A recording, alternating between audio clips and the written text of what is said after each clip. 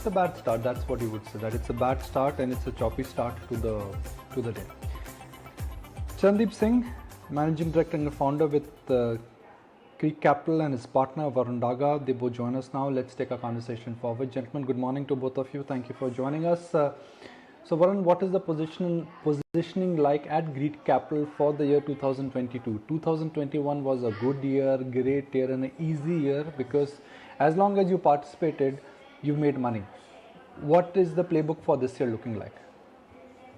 Sure. Good morning, Nikunj, and wish you and your viewers a very happy New Year and a great 2022.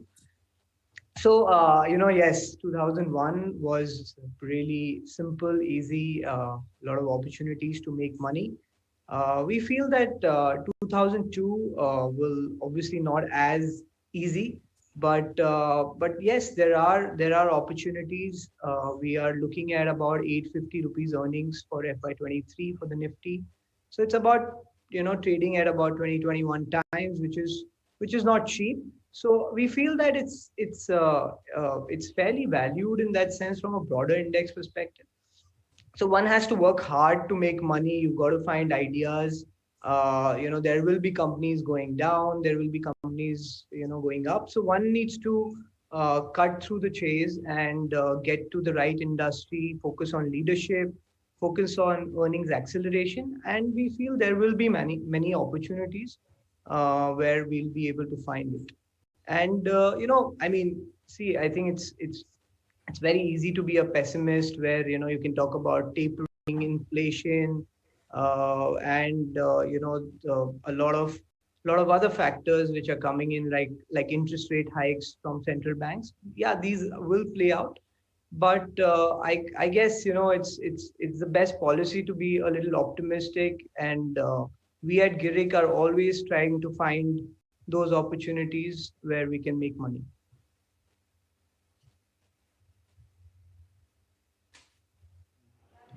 Sandeep, good morning to you as well, and let me extend your greetings to you as well. Thank you for joining us, and hope you have a wonderful year ahead.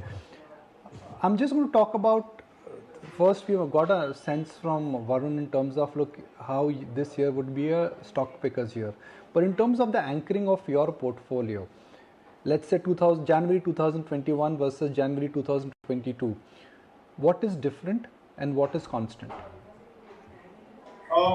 I think, the broad theme of our portfolio has been very technology. I would say two broad themes to the portfolio. One is the portfolio has generally remained quite technology heavy. It continues to be so. I would say for the last 1 year, that has definitely been the primary underlying theme. You also have had, Girik as a house being very underweight the financials now for a very long time. I think I would go back to almost 2 years pre-pandemic. So we have had very select names, but I think we've stuck to the large leaders, where we believe survivorship is not an issue and reasonable growth is not an issue. So we've stuck to the top 3 odd names in the private space and maybe 1 name in the PSU space. And again, the overall stance with financial services has been quite one of guarded optimism. We do believe that there are better places to position oneself. And like I mentioned, for us, technology has and remains a strong theme across various verticals in technology, not just IT and IT services.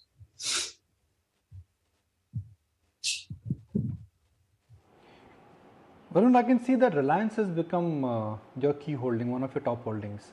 Now, this could be an interesting year for Reliance, and I'm picking it up from what we heard from Mr. Ambani late December, where he's talking about change of leadership and next generation taking over. There is a buzz that we could be in for big change in Reliance also. So in the light of what you heard from Mr. Ambani versus where Reliance is in terms of a life cycle and a business cycle, how would you, let's hear your thoughts. Sure. Nikunj, we've always liked change. Change is always welcomed. And Reliance is a mammoth. They have everything in place. They've managed to pivot into businesses which nobody believed they will succeed, but they have. We've seen them do it with Geo and now with retail. and they are entering newer segments. So they've always been ahead of the curve, and they are able to execute the way nobody else have been able to do it. So we really feel that they've got it right.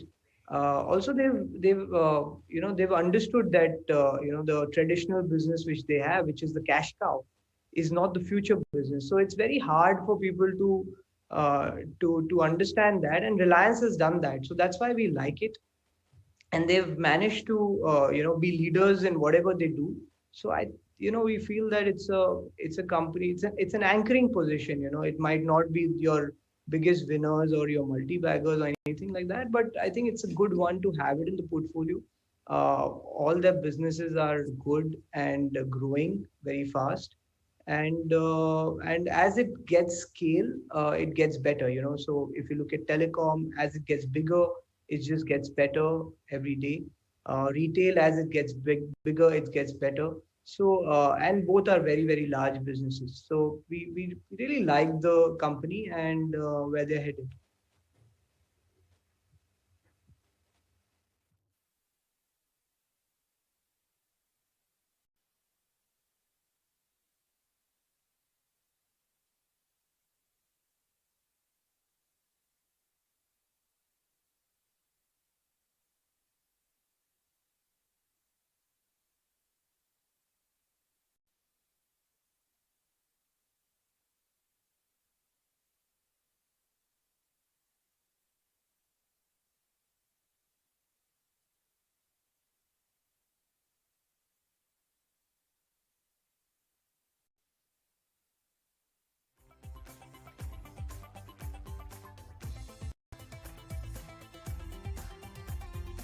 So that's as far as Reliance goes and what you've been talking about. But you've talked about, Varun, about being tech heavy as well, and not just going it through the traditional way. And one sees your portfolio and you see names like Zomato over there as well.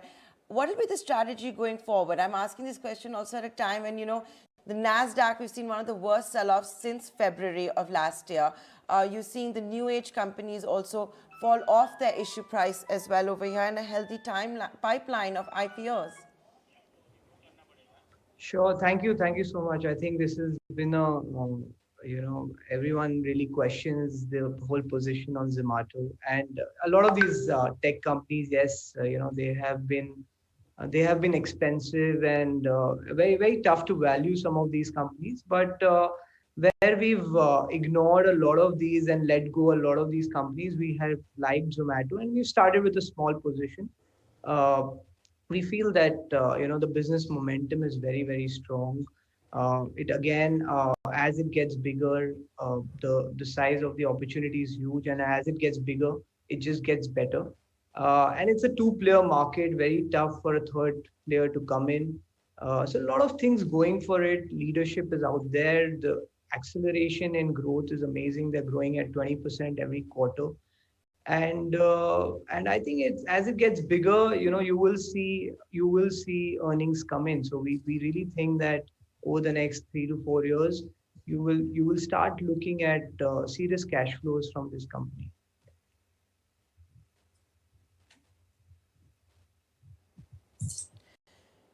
Charandeep, you seem to be playing most of the auto story through Tata Motors. Now, in last couple of sessions, and I'm asking this because, one should think more long term, while Tata Motors has overtaken Hyundai to become the second largest passenger vehicle maker in the month of December, a lot is also being said about its valuations and how it's going to go forward. So I thought it's quite interesting that you're playing the entire auto story through Tata Motors. Yeah, I think Tata Motors is an interesting one. I think we mentioned this on your last show as well.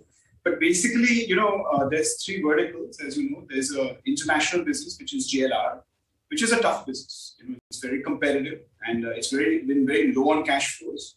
And it will continue to demand a lot of capex. So, that's not necessarily the reason why we looked at something like this. We were actually quite intrigued by their entire effort on the passenger vehicle side. And we see it as a true challenger. It's not a leader by any means. It doesn't have the kind of scale yet that is required to turn out a lot of profitability.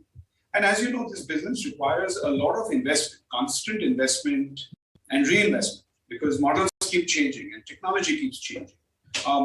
What we liked was that they have gone out and built a very neat, sort of pipeline of models, and a few of them have been launched and have been very successful. Now, as Tata flexes its muscles and reaches every corner of the country, to build out its distribution, to sell these models to the Indian consumer, it should actually hopefully work in their favor, and they should be able to scale up. Secondly, there's a huge trend change away from what the Maruti buyer wanted all these years, which is largely the small car and up to the 6 to 7 lakh rupee vehicle. I think Tata took a call that they want to go into hatchbacks and SUVs. It's working very much in their favor. So they have high technology models at the right price, which they're rolling out to Indian consumers. They've also got an EV strategy, which is very early days, and that they've partnered up with a foreign capitalist to basically capitalize an entity which will roll out EVs to Indian consumers. So I think there are multiple triggers on this front. And with the kind of management they have and the trial and error that they've gone through over the years, there seems to be a strategy that is really working for the first time. Like I said, early days, I think we'll have to watch the execution over the next few years and see how it plays out, because ultimately it has to show up in profitability. And we're hoping that happens pretty soon.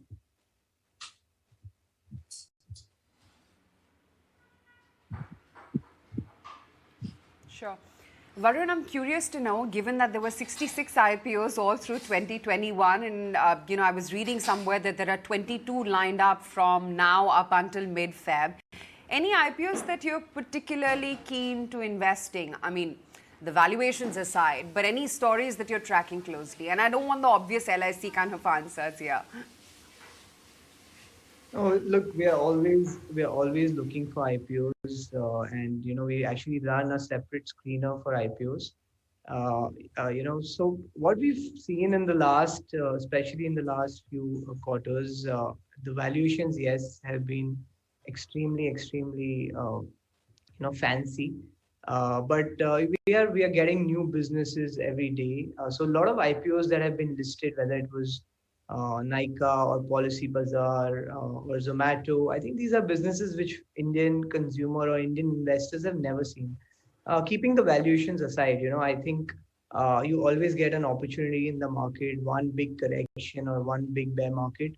Everything comes at a price, right? They all come to your price where you want to, and at that time, nobody would want to invest, but probably that would be the best time.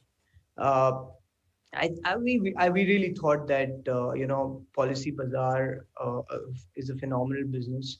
Zomato is a phenomenal business. Nykaa is a phenomenal business. But we have to wait for the right time, right price. Also, a lot of execution needs to be done, right? There's a lot of promise, but one needs to see how they deliver on that promise. Again, there are a lot of IPOs that are coming and that have come on the data analytics side, like Latent View, Happiest Mind, some of those companies which are again valued very, very expensive, but you can't get scarred by the expensive valuations. You need to understand how these businesses are. Can they be in the next 20 years be like what Infosys or TCS have done, right? Because there's a lot of tailwind in some of those sectors and stocks. Then there are companies which are more SaaS based, which are coming with IPOs. So the recent one was something called RateGain, which was interesting. Earlier we've seen companies like Intellect, which have been large winners. We feel that again a very, very interesting theme, which again the Indian investors have never seen, and these companies were never listed. So I think what a good market does is it just throws all these good companies. It gives a lot of these private equity investors an exit. And I would say that in the next couple of years, you will see some great entry points in some of these businesses. So we are always on the lookout, and IPOs have always worked for us, whether it was DMart or it was Jubilant Food or Angel for that matter. It's always worked for us. So we are always on the lookout for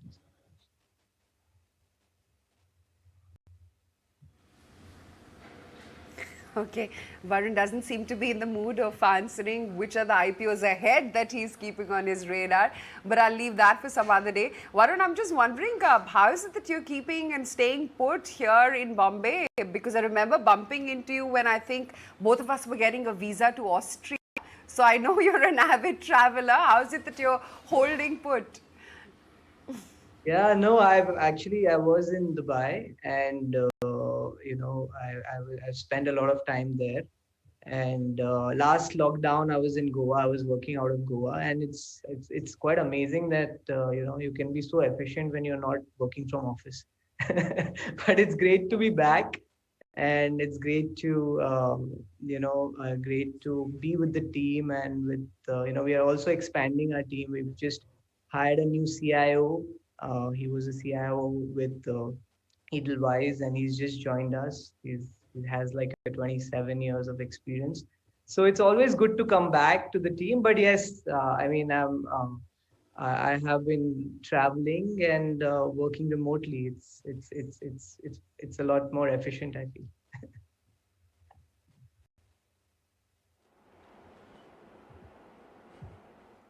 It's been such a fascinating times. Who's working from home? Who's not working from home? Who's actually not working from home and also not working from office? You don't know. I mean, digital technology has changed so many things. The first thing I ask these days is, "भाई काम कहाँ से कर रहे हो?" How come your background is similar? Are you the same place, both of you? Yeah, we are both in office actually, in separate cabins.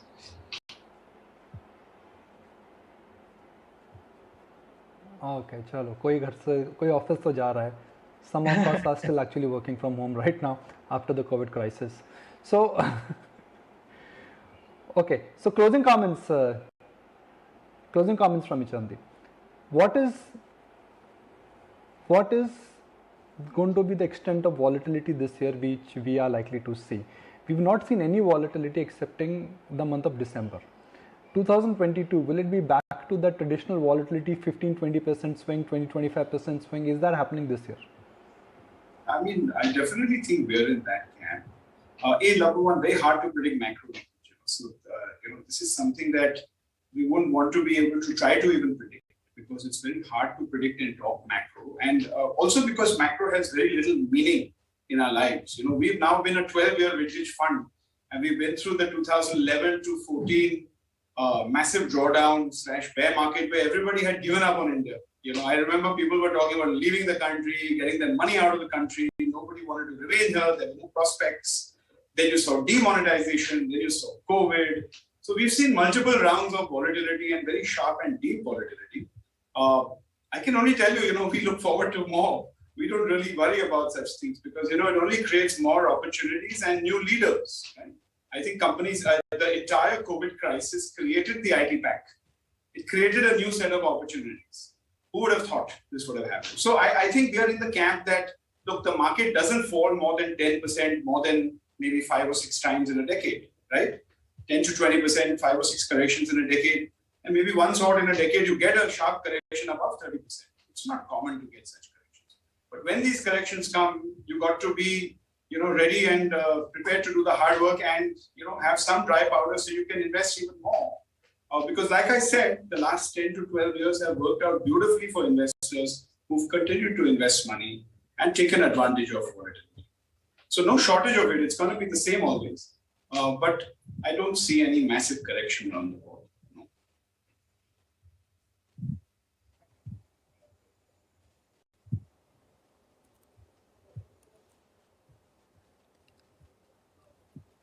Okay, Varun and Charandeep, we're going to let you go with that thought. And I might like to add, I'm red with envy just hearing all your travel plans and how you folks have been working from Goa. Let's see how all of this unfolds. But yeah, I'm a big votary and a big fan of work from home. Happy New Year again. Thanks for joining us live. Happy New Year to you.